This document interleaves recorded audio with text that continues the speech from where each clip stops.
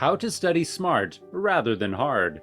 Whether you are a student or not, there are lots of good reasons you might need to study.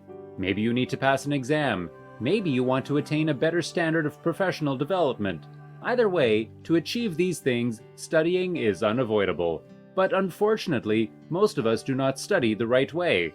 Though hard work has its merits, it sometimes isn't the best strategy to repeatedly throw ourselves at our study material. There are various easy ways to attain understanding, and in this video, we show you how. So make sure to leave a like and subscribe for more. First off, is there really a difference between studying hard and studying smart? Some argue that there's no distinction between the two, but we all know that one person who gets impressive results while barely trying, well, are they really that much more intelligent than we are? The answer, most likely, is that they are not. Perhaps they're just more strategic about how they study. Well, how can you also achieve the same thing? Some tips and tricks are as follows. When it comes to studying smart, the concept lies in being efficient. Despite what the school systems say, rote memorization isn't the best way to absorb information. Various other techniques exist, and these may work differently for different people. Rather than rote memorization, one of the tricks we could try is visualization. Some people are visual learners, and visualization might be the missing technique in their repertoire. Visualization is simply the process of creating mental images in our mind. Reading about something is one thing, but seeing how it fits together can be powerful. If you aren't a visual learner, you could always try appealing to another one of your senses. For example, most people have an easier time listening to their notes and can retain more information that way. And so, you can try listening to some study tracks or creating some of your own. Again, the internet isn't a bad place to search for such resources. Watching and listening aside, note-taking is another excellent learning technique. By making our own notes, we rewrite concepts in our own way and have an easier time understanding them. There isn't any general format when it comes to note-taking, just make sure it's something you can understand. Techniques aside, a lot of other adjustments can contribute to smart studying. Let's break these down one by one. First, we have rest and leisure. Some people thinking sitting in a library for hours while neglecting their physical needs contributes to effective learning. But in truth, we need to be well rested before attempting to study. That way, our brains are free of stress and we can easily absorb information. Second, we could try scheduling study times. These should be dedicated periods in which we commit ourselves to study material. A lot of us allow ourselves to be whipped about by distractions during our study time. A little bit of earnest concentration will go a long way. Additionally, we could try setting goals. Deciding what we want to achieve at the beginning of study sessions will help us stay focused. The alternative could have us sitting down for hours without really learning anything. Knowing where we want to go will help us get there. Now, I talked a bit about eliminating distractions. This tip is so much more than just putting your phone away.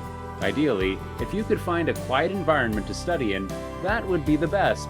When the mind is at peace and undisturbed, learning is facilitated. One thing which hampers people in their studying is that they always wait for the right time to study. Sometimes, this sees them slacking off until the situation is critical. If you allow things to get to that level, then there's a high likelihood you will be too stressed out to retain much. So instead, don't wait for motivation, stick to your schedule, and make sure you have a lot of time to get ahead of the material. Now, of course, having a rigid schedule doesn't mean denying yourself breaks. On the contrary, knowing when to rest and when to carry on is essential. All these tips and tricks aside, we can sometimes hit a study block that just doesn't budge. Such situations could lead to so much frustration. In these situations, nothing beats asking for a helping hand. We could get into contact with our friends to help us overcome such blocks. How you study can often be just as important as who you study with. Whether it's one-on-one or a group setting, our friends can offer perspectives that we hadn't considered before. Sometimes, the mutual respect between friends is also enough to make it easier to understand instructions. So even if you're mostly a solitary learner, occasional group sessions can't hurt. Some people follow all these tricks to the letter. Still, they find themselves struggling. And this problem can happen when they don't challenge their understanding. The quick remedy is to include tests and quizzes after each study session. A lot of us have test anxiety, and that's okay. Test results have often been given much more weight than they should hold. Despite that, if the test is performed under the right circumstances and for the right reasons, it could expose vital issues with our understanding. We will then be able to revise these areas before it's too late. Though a plethora of studying tips exist, not all of them might work for you. Our advice would be to try out as many of them as possible to see what you're most comfortable with.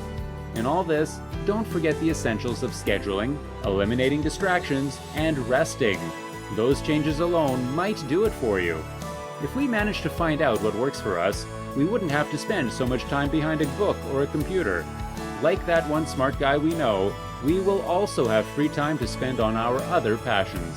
Studying will become a source of excitement rather than frustration, and we would have high enough freedom from our academics. If you liked this video, make sure to comment and share. Our content is always helpful, engaging, and informative. See you in the next video. Until then, have a nice day.